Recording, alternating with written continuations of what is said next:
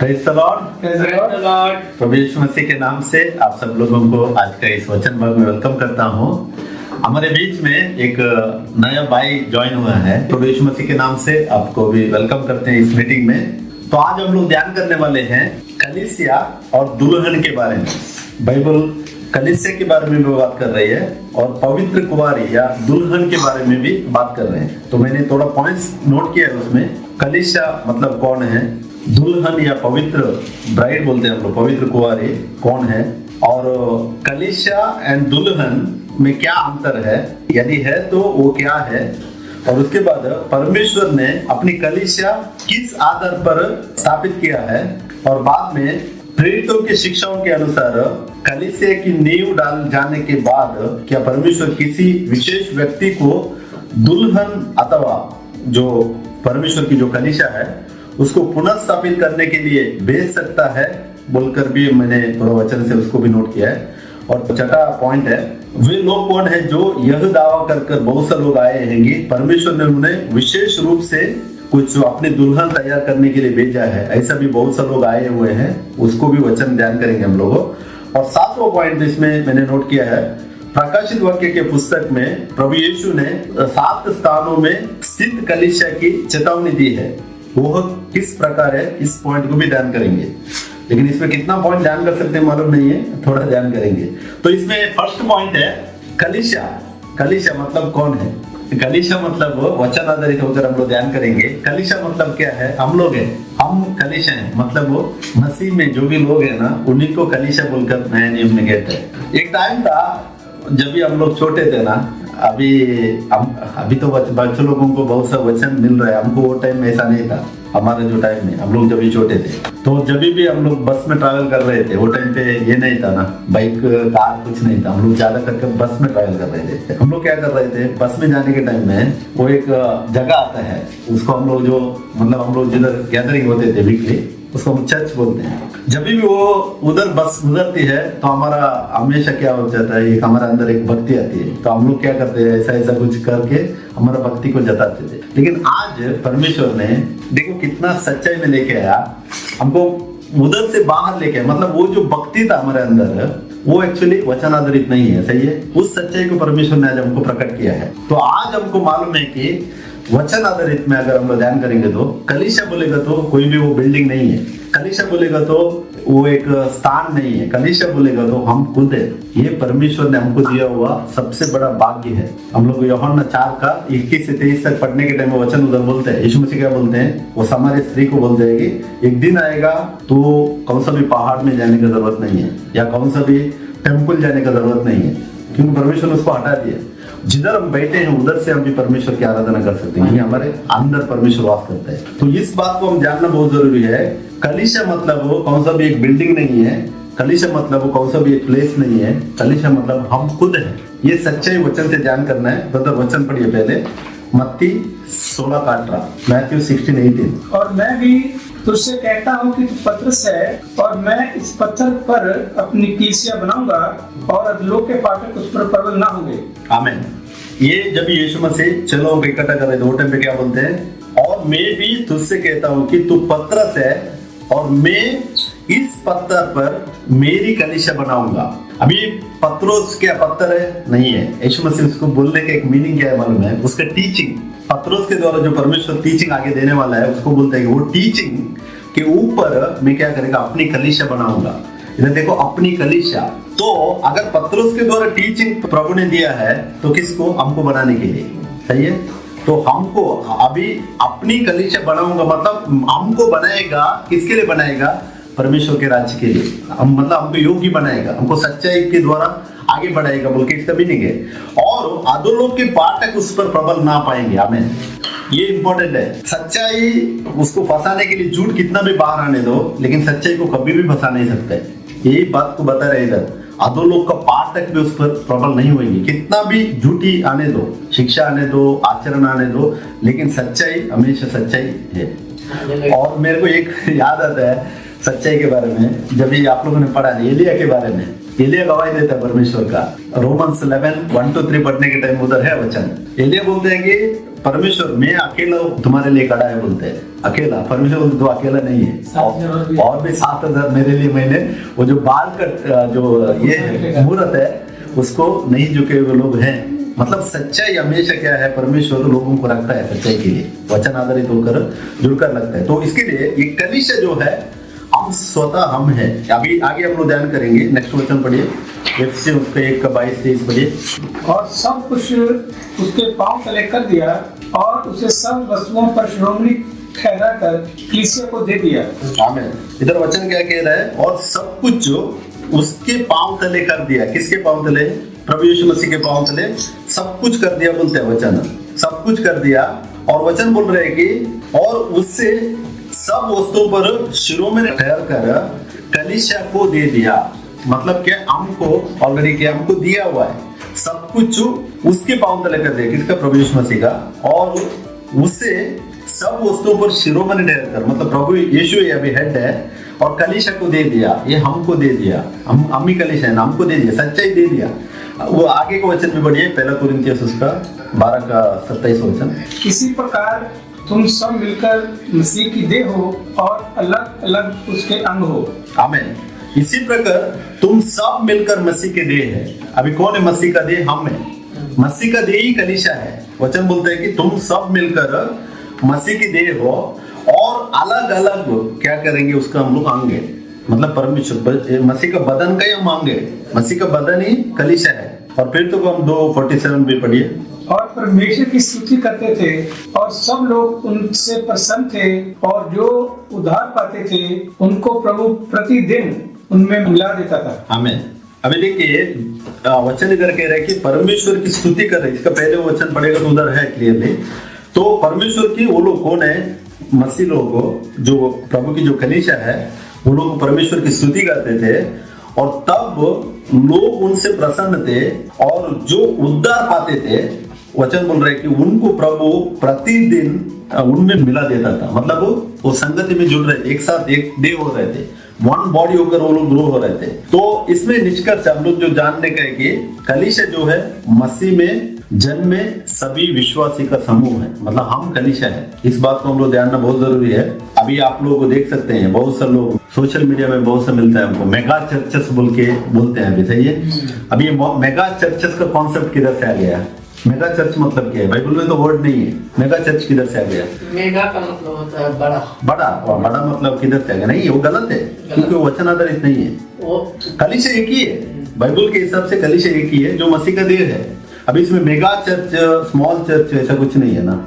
बड़ा हो गया, बहुत लोगों को ज्यादा लाखों का या हजारों का प्लान में हो गया, उसको लोगों ने आज के तरीके से बहुत बड़ा एक गैदरिंग को वो लोगों ने दिया है। लेकिन वही बोल रहा हूँ कि मैं वचन आधारित होकर ध्यान करेंगे तो गलत है, क्योंकि अभी पूरा दुनिया में जिधर भी कलीसिया इकट्ठे होते हैं, प्रभु का देह तो एक ही है ना। हम कलीसिया है, सही है। अभी बड़ा बोलेगा तो क्या है? वो टेम्पल को बोल रहे हैं वो लोग, मतलब वो गैदरिंग को बोलते हैं। वो गैदरिंग के बारे में नहीं बोल रहे वचन। हम ये बात को हम पहले समझने के, कलीसिया बोले तो हम स्वयं हम है। जितना भी लोग अंदर आते हैं, कलीसिया का यीशु का देह क्या होता है बताया जाता है। देह तो एक ही है, सही है। उस बात को समझना जरूरी है। तो अभी हम लोगों ने कलीसिया बोलेगा तो हम हो गया। नेक्स्ट दुल्हन या पवित्र कुंवारी बोलकर भी ये कहता है, कौन? पौलुस कहता है। तो दुल्हन वह कलीसिया है जो मसीह के प्रति विश्वास योग्य, शुद्ध और तैयार पाई जाती है। दुल्हन में और कलीसिया में डिफरेंस बाद में देखेंगे। वो वचन पढ़िए, 2 कुरिन्थियों 11:2 पढ़िए। क्योंकि मैं तुम्हारे विषय में ईश्वरीय धुन लगाए रहता हूँ, इसलिए कि मैंने एक ही पुरुष से तुम्हारी बात लगाई है कि तुम्हें पवित्र कुंवारी की नई मसीह को सौंप दो। आमीन। इधर पवित्र कुंवारी बोलते हैं पौलुस, क्योंकि मैं तुम्हारे विषय में ईश्वरीय धुन लगाए रहता हूँ, इसलिए कि मैंने एक ही पुरुष से तुम्हारी बात लगाई। मतलब एंगेजमेंट, सही है ना। एक ही पुरुष से हमारा एंगेजमेंट किया है कि तुम्हें पवित्र कुंवारी की नहीं मसीह को सौंपो। पवित्र कुंवारी बोल रहे हैं, पवित्र कुंवारी दुल्हन है, सही है ना। अभी उधर हम लोगों ने देखा कलीसिया, कलीसिया क्या है प्रभु का, हम लोगों ने देखा हम है कलीसिया।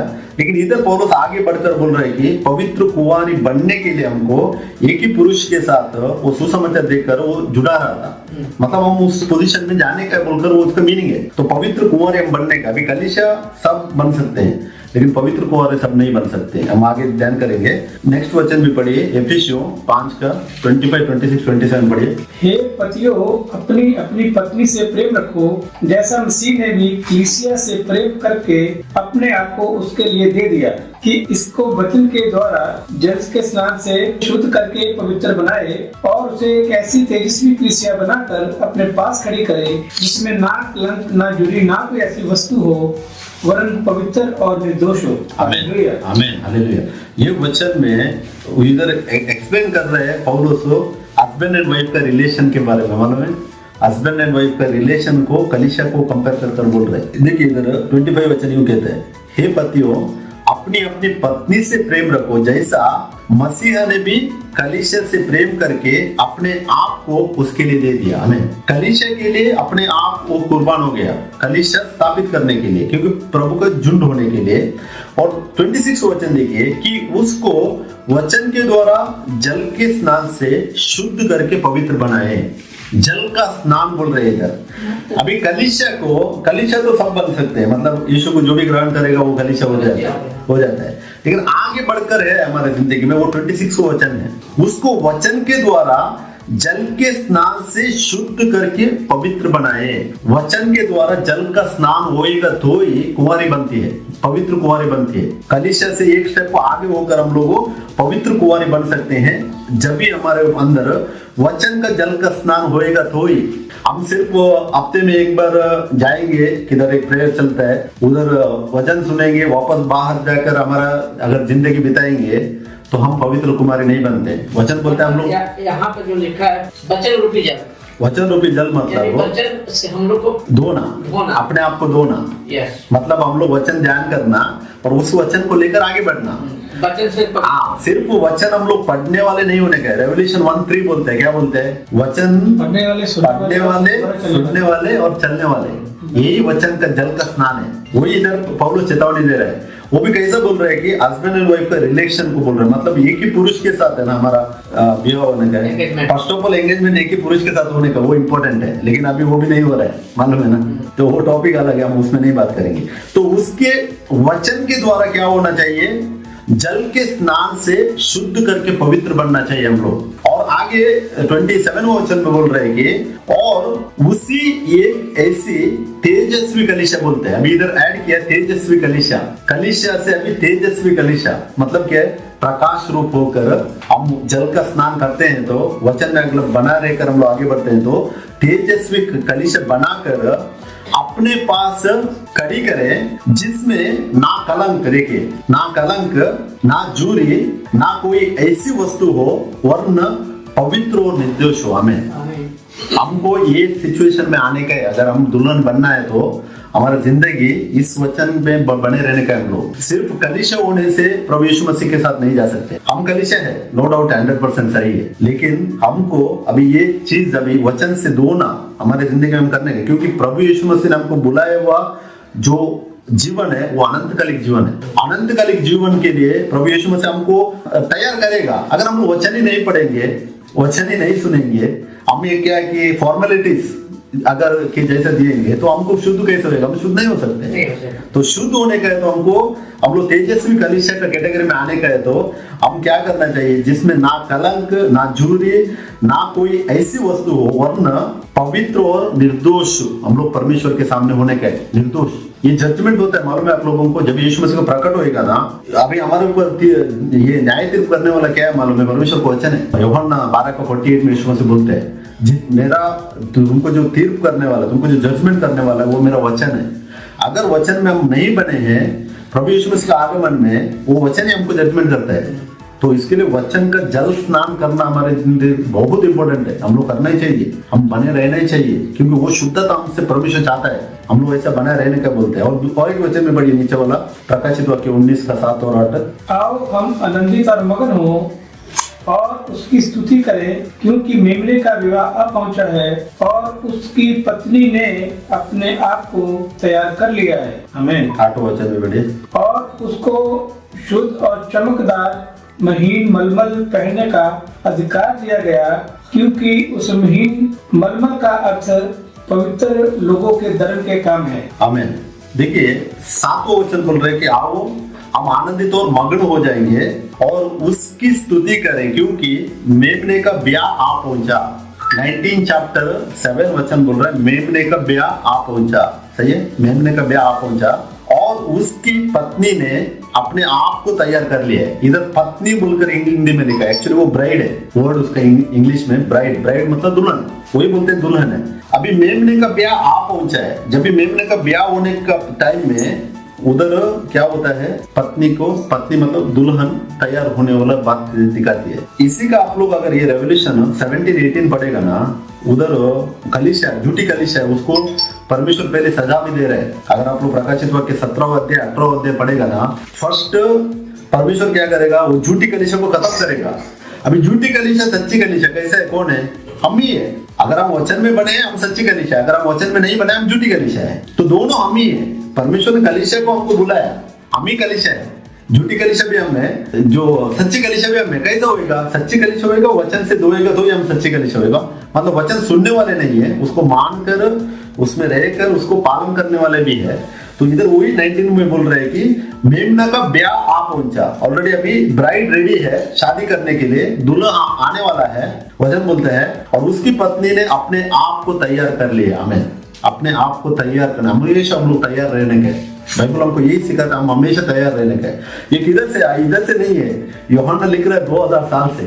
जितने भी लोग ये वचन को पढ़ रहे हैं वो सबके लिए लागू होता है, सब लोग तैयार होने का होंगे।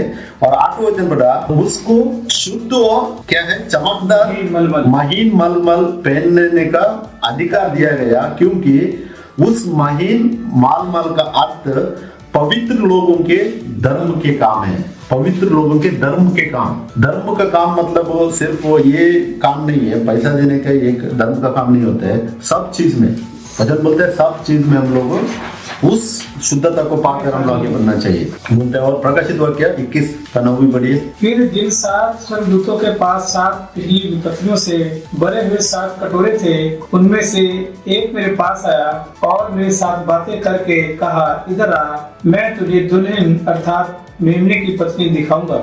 हमें इधर यूहन्ना 21:9 में वचन बोल रहे हैं कि जो स्वर्गदूत है जो दिखा रहे यूहन्ना, वो बोलते हैं कि अभी क्या बोल रहे हैं, मैं तुझे दुल्हन अर्थात मेमने की पत्नी दिखाऊंगा।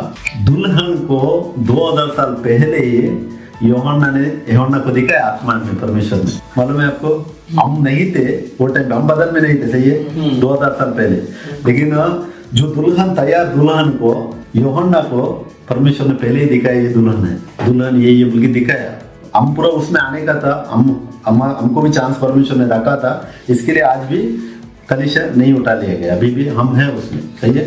एफेसियन 1:3-4 में उधर लिखा है ना, जगत उत्पत्ति से पहले ही उसने हमको प्रभु में चुना है। यानी जो दुल्हन दिखाया था वो कौन था? वो था अभी जो भी है, जितना भी लोग इसने हम लोग हैं, हम ही लोग हैं जैसे लोग। एक नगरी दिखाई, नगरी न्यू जेरूशलम। न्यू जेरूशलम ही कलीसिया है ना, चर्च ही न्यू जेरूशलम है, मतलब दुल्हन है, दुल्हन ही नई जेरूशलम। ओके, ये वचन देखिए 21:9 में यूहन्ना को दुल्हन को पहले परमेश्वर ने दिखाया हुआ है।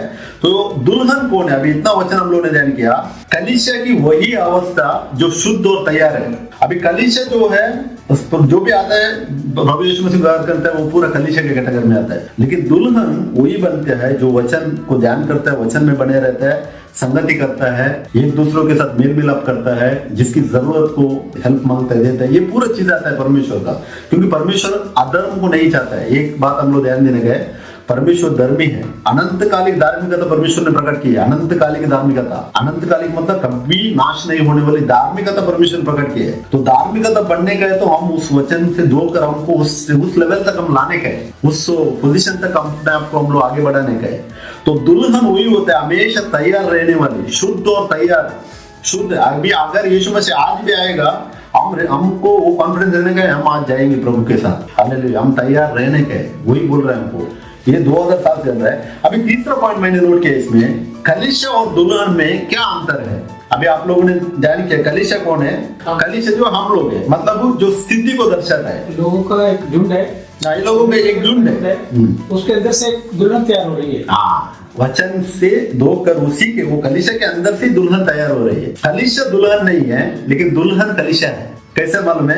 अभी दुल्हन बोलेगा तो हमारा जो फेथफुलनेस से कंडीशन वचन में हम लोगों ने एफिशिएंट में जान किया ना, 5 का 25 to 27 में अपने आप को वचन से धो कर, सिर्फ धोने से फायदा नहीं है। अभी आज हम लोग इधर वचन सुन रहे हैं, बाद में जाकर हमारा वो पुराने जो भी कर रहे थे वही चीज करेगा तो हमको वचन धोया नहीं है। हमने वचन को सुना पढ़ा, लेकिन उसको हम लोगों ने कार्य रूप में नहीं डाला, तो वो करना जरूरी है।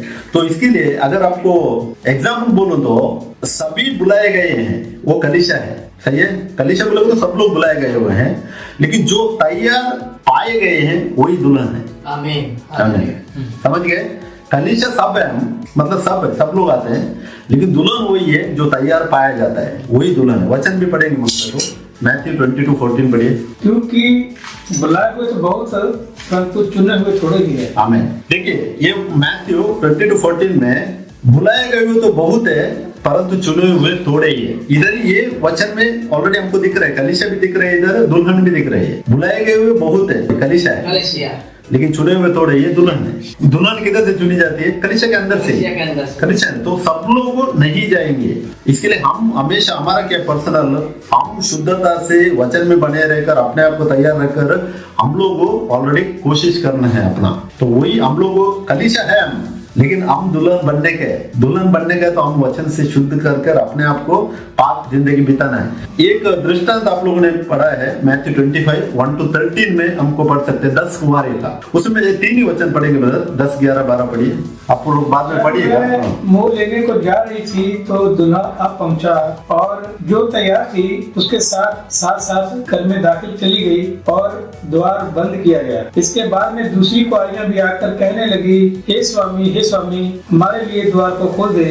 उसने उत्तर दिया कि मैं सच कहता हूँ कि मैं तुम्हें नहीं जानता, इसलिए जागते रहो, क्योंकि तुम ना तो उस दिन को जानते हो और ना उस घड़ी को। आमीन। अभी ये इंसिडेंट, ये जो प्रभु ने एक एग्जांपल दिया, अच्छा एग्जांपल है, 10 कुंवारी का, सही है। तो 10 कुंवारी कौन है? कलीसिया है, लेकिन उसमें 5 कुंवारियां हैं, वो दुल्हन है, बाकी का 5 है कलीसिया में छोड़ दिया जाएगा। और इधर हम लोगों ने 25 का, मत्ती का 1 से 13 तक फुल पड़ेगा तो बहुत अच्छा संदेश है। लेकिन ये 3 वचन देखिए, मैं इधर फिर से इसका थोड़ा ध्यान करना चाहता हूँ। जब वे मोल लेने को जा रहे थे तो दुल्हा आ पहुंचा, मतलब वो तैयार नहीं थे, उनके पास तेल खत्म हो गया। तेल क्या है? पवित्र आत्मा का अभिषेक है, वचन में नहीं बना रहना है, दुनिया में खोया हुआ रहना है, यही तेल का कैटेगरी में गिना जाता है।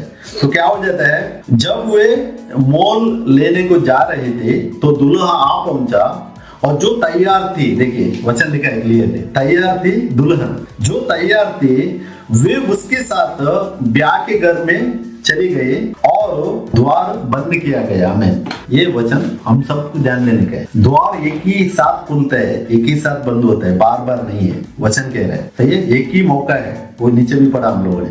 और 11 वचन में देखिए, इसके बाद वे दूसरी कुंवारियां भी आकर कहने लगे, हे स्वामी हमारे लिए द्वार खोल दे। मतलब कि एक बार कलीसिया परमेश्वर के साथ दुल्हन जाने के बाद में लोग ये जजमेंट के बारे में दिखा रहे हैं। अब मैथ्यू 7:21-23 हम पढ़ते हैं ना, उस दिन में हे प्रभु हमने आप अचंभे किए, तुम्हारे नाम से मैं हम लोगों ने ये काम किया, वो काम किया, सब बहुत देर आएंगे बोल के यीशु मसीह पहले बोल रहे हैं मैथ्यू 7:21-23 में, सही है। वही इधर ये वचन को दर्शा कर देखो, वचन क्लियरली बोल रहे हैं कि एक बार अगर दुल्हन उठा लेने के टाइम में हम नहीं गए, सेकंड ऑप्शन नहीं है, सेकंड चांस नहीं है, ये बाइबल कह रहा है। ओके, और उधर हम लोगों ने उसके बाद 12 वचन में पढ़ा, उसने उत्तर दिया कि मैं तुमसे सच कहता हूं, मैं तुम्हें नहीं जानता। दुल्हन एक साथ यीशु मसीह के साथ होने के बाद बाकी कोई भी आके बोल रहे तो मैंने इतनी बड़ी सेवकाई की है, मैंने इतने बड़े बड़े काम किए हैं, बोलते हैं मैं नहीं जानता तुमको। ये पहले चेतावनी दी हुई वचन में। और उसके बाद 13 वचन देखिए, इसलिए जागते रहो। हम लोगों ने पहले भी चेतावनी देखा, जागते रहो, हम हमेशा जागते रहना चाहिए, क्योंकि तुम ना उस दिन को जानते हो ना उस घड़ी को। इधर एक दिन की बात चल रही है, जानते हो ना, तुम उस दिन को जानते हो ना उस घड़ी को। तो वो एक जब ये प्रभु का आगमन है वही टाइम पे प्रभु के साथ कलीसिया एक होते हैं, मतलब दुल्हन एक होती है। उसके बाद द्वार बंद किया जाता है। द्वार बंद मतलब वो सेकंड ऑप्शन नहीं है। नहीं है, हाँ। बाद में भी अब बहुत से लोगों ने प्रीच किया है, बाद में भी थोड़ा थोड़ा जा सकते हैं, ऐसा वचन किधर भी नहीं बोल रहे, एक ही चांस है। सबने जैसे सबने बोला है हाँ अगर वो लोग का पूरा गलत हो गया तो सबने पूरा परमेश्वर के साथ में लेकिन इधर वचन बोल रहे हैं ना, एक ही चांस है, नहीं, एक ही। वचन में भी तो है कि दूसरा आगमन में उठा लिए जाएंगे। वही उठा लिए जाना है, यही बोल रहे हैं। हमारे प्रभु के साथ एक होना है, उठा लिए जाना है। उसमें मरे हुए लोग भी उसी दिन उठ रहे हैं, मतलब मसीह में होकर मरे हैं वो लोग उठ रहे हैं, सब लोग नहीं उठेंगे। बाकी का लोग वो 1000 साल के बाद उठने वाले हैं। रेवल्यूशन 25 वचन बोल रहे हैं, 5 वचन, प्रकाशित वाक्य 20 का 5 बोलते हैं, बाकी मरे हुए नहीं उठेंगे। अभी उठने वाले कौन है? 3 युग में, 3 युग के बारे में जानते हैं। आदम से लेकर अब्राम तक जब वाचा बना था परमेश्वर, एक युग था, वो लोग एक युग है। दूसरा युग था अब्राम के साथ वाचा बांधने के बाद यीशु मसीह का प्रकट होने तक, दूसरा युग है।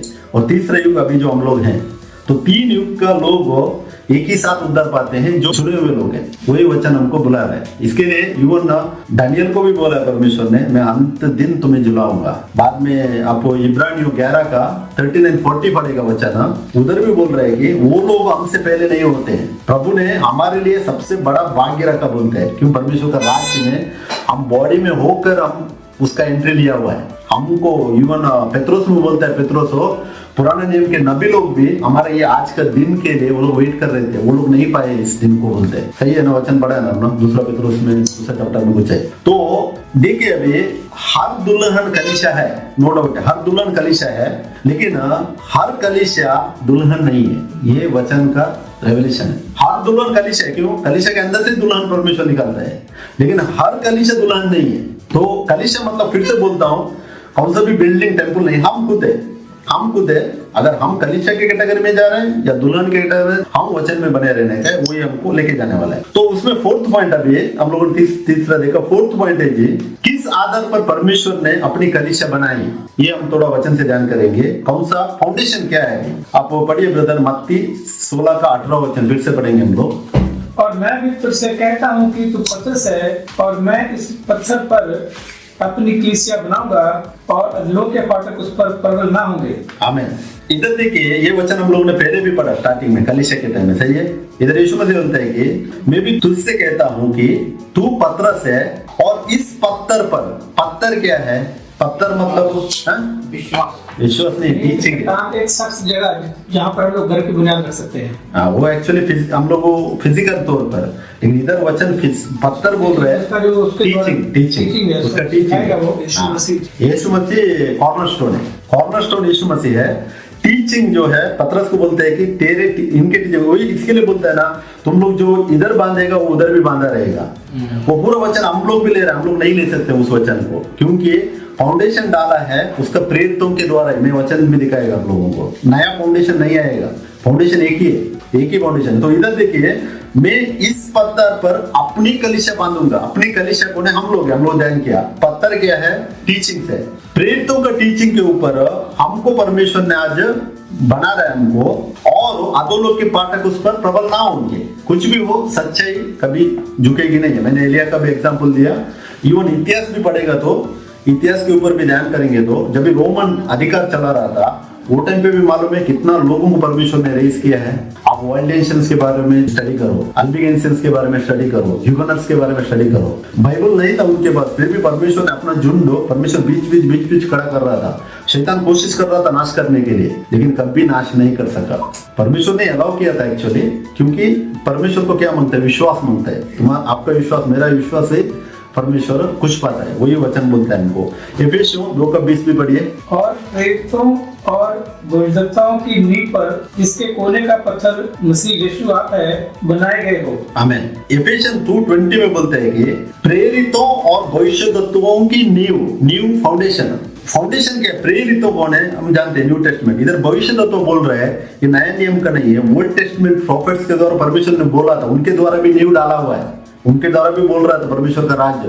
अभी यिर्मयाह 31 पढ़ने के टाइम में, अभी जो ये राज्य है, परमेश्वर ने यिर्मयाह के द्वारा भी बोला है, मूसा के द्वारा बोला है। तो ओल्ड टेस्टमेंट प्रॉफिट्स के द्वारा और न्यू टेस्टमेंट का जो प्रेरित है उनके द्वारा नींव पर जिसके कोने का पत्थर मसीह यीशु है, कॉर्नरस्टोन, मेन जो क्या बोलते हैं बिल्डिंग बांधने के टाइम में कॉर्नरस्टोन डालते हैं ना, वो स्पेशल पत्थर है, स्पेशल पत्थर है, एक वो पत्थर फर्क होएगा तो ज्यादा लग जाएगा तो ज्यादा गड़बड़ होएगा। कॉर्नरस्टोन वही है, वो एक्चुअली टीचिंग, कॉर्नरस्टोन क्या है, टीचिंग है। अभी ट्रिनिटी का कॉर्नरस्टोन डाल रहे हैं, वो परमेश्वर की ओर से नहीं, प्रेरितों की शिक्षा भी नहीं है। कॉर्नरस्टोन प्रभु यीशु मसीह है। प्रभु यीशु मसीह में जो जुड़े हैं वो क्या करेगा, वो कलीसिया बढ़ता ही जाएगा, प्रभु में बढ़ता ही जाएगा। तो कॉर्नरस्टोन सही से गिरेगा तो ही कलीसिया गिना जाती है, नहीं तो नहीं है। तो प्रेरितों और भविष्यद्वक्ताओं की नींव पर हम लोगों ने देखा, प्रेरितों का टीचिंग और ओल्ड टेस्टमेंट का प्रॉफिट्स का टीचिंग दोनों का फाउंडेशन है। आप एफेसियंस 3 का 5 और 6 पढ़िए, उधर भी एक वचन है, देखिए मैंने इधर रिकॉर्ड नहीं किया। जो और समस्याओं के मनुष्यों की संतानों को ऐसा नहीं बताया गया था जैसा कि आत्मा के द्वारा अब उसके पवित्र प्रेरितों और भविष्यवक्ताओं को प्रकट किया गया है। आमीन। इधर भी सेम वचन बोल रहे, देखिए वो आगे ऊपर से पढ़ेगा तो मालूम पड़ता है, इसका फुल मिलेगा हमको, जिससे तुम पढ़कर जान सकते हो कि मैं मसीहा का वह वेद कहां तक समझता हूं। और आगे बोलते हैं जो और समयों में मनुष्य की संतानों को ऐसा नहीं बताया गया था जैसा कि आत्मा के द्वारा अब उसके पवित्र प्रेरितों, ओके, एपोस्टल्स और भविष्यद्वक्ताओं पर प्रकट किया गया है। भविष्यद्वक्ता है जो ओल्ड टेस्टमेंट का प्रॉफिट्स के बारे में बोल रहे हैं। तो फाउंडेशन जानो, ओल्ड टेस्टमेंट में अपना भविष्यद्वक्ताओं के द्वारा फाउंडेशन डाला, न्यू टेस्टमेंट में प्रेरितों के द्वारा फाउंडेशन डाला, और कॉर्नरस्टोन प्रभु यीशु मसीह है। अभी ये फाउंडेशन डालने के बाद दूसरा फाउंडेशन कुछ भी नहीं आ सकता है, यही फाउंडेशन है फाइनल तक। जब यीशु मसीह आएगा यही फाउंडेशन है, न्यू यही है। वही हम लोग एफेसियंस 2 का 20 में पढ़ा, पहला कोरिन्थियंस 3 का 11 भी पढ़िए। क्योंकि उस नींव को छोड़ जो पड़ी है और वह यीशु मसीह है, कोई दूसरी नींव नहीं डाल सकता।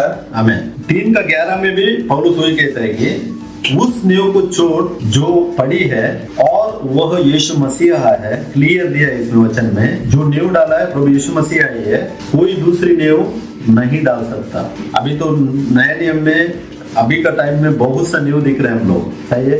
यरूशलेम स्त्री एक नींव है, और ऐसा बहुत है। नया यूहन्ना का एक नींव है, ऐसा लोग बहुत सा नींव अभी जाकर गिर रहे हैं। लेकिन वचन क्लियरली बोल रहे हैं कि प्रभु यीशु मसीह का नींव छोड़ेगा तो दूसरी कौन सा भी नींव नहीं डाल सकता है। अगर कोई बोलेगा मेरे को प्रभु ने भेजा है, बोलेगा तो नहीं मानने का, क्योंकि अगर उसको टीचिंग वचन आधारित होकर कंपेयर करके देखना है, ये वचन आधारित है नहीं है। यीशु मसीह को छोड़ और कोई नींव नहीं है, वचन कहता है। प्रेरितों का हम 2 का 42 भी पढ़िए। और वे प्रेरितों से शिक्षा पाने और संगति रखने में और रोटी तोड़ने में और प्रार्थना करने में लौलीन रहे। आमीन। ये लोग क्या कर रहे थे, प्रेरितों को शिक्षा पाने में, प्रेरितों का टीचिंग से वो लोग पा रहे थे, और संगति रखने में और रोटी तोड़ने में और प्रार्थना करने में लौलीन होते थे। हमेशा वो लोग प्रेरितों का शिक्षा पा रहे थे, क्योंकि प्रेरितों को परमेश्वर ने क्या किया था, स्पेशली उनको ही, उनके द्वारा ही नींव डालने के लिए परमेश्वर का ये है, काम है। हम उसको क्वेश्चन नहीं कर सकते क्यों उनके द्वारा, हमको क्यों नहीं, ऐसा नहीं बोल सकते। सही है। जो कुम्हार है ना, क्या बोलते हैं उसको,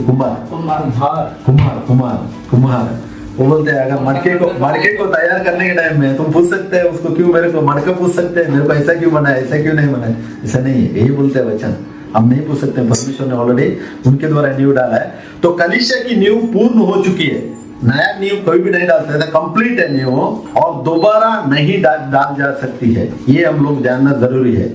और भी 3 पॉइंट है, मैं इसको कंटिन्यू कर रहे तो टाइम हो जाएगा। इसके लिए क्या करेंगे, नेक्स्ट ध्यान करेंगे या नेक्स्ट करेंगे ना, इसी को चलते देखेंगे। हाँ, तो 5 पॉइंट हम लोग 5, 6, 7 नेक्स्ट मैसेज में कंटिन्यू करेंगे अगर टाइम मिला तो इसके लिए मैं प्रभु यीशु मसीह को धन्यवाद करता हूँ, ताकि हम लोगों ने आज ध्यान किया कलीसिया जो है, हम स्वयं कलीसिया है, हम कलीसिया भी है, हम दुल्हन भी है। अभी हम बोल सकते हैं हम दुल्हन है जब, लेकिन सच्ची दुल्हन जो है प्रभु यीशु मसीह के साथ एक हो सकती है, सही है, वो टाइम पे यीशु मसीह। तो इसके लिए हम कलीसिया में ही नहीं रहने का है, हम लोग दुल्हन का कैटेगरी में आने का है।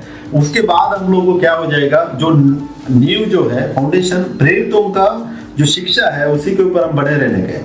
प्रभु यीशु मसीह ने भी बदन में जब ये व्यवस्था वो फुलफिल कर रहा था, उस व्यवस्था को हम समझने के, वो काम को समझने के, और प्रेरितों का जो नींव है, पौलुस को चुना था, स्पेशल चुना था परमेश्वर ने अन्य जातियों के लिए। वो भी परमेश्वर का सिस्टम देखो, स्टार्टिंग में जब ये पेत्रोस ये लोग था, पौलुस को उधर नहीं चुना। 8वां अध्याय होने के बाद 9वां अध्याय में परमेश्वर चुनता है। देखो, ये प्रेरितों का 1 से 8 तक पौलुस को नहीं चुना परमेश्वर ने।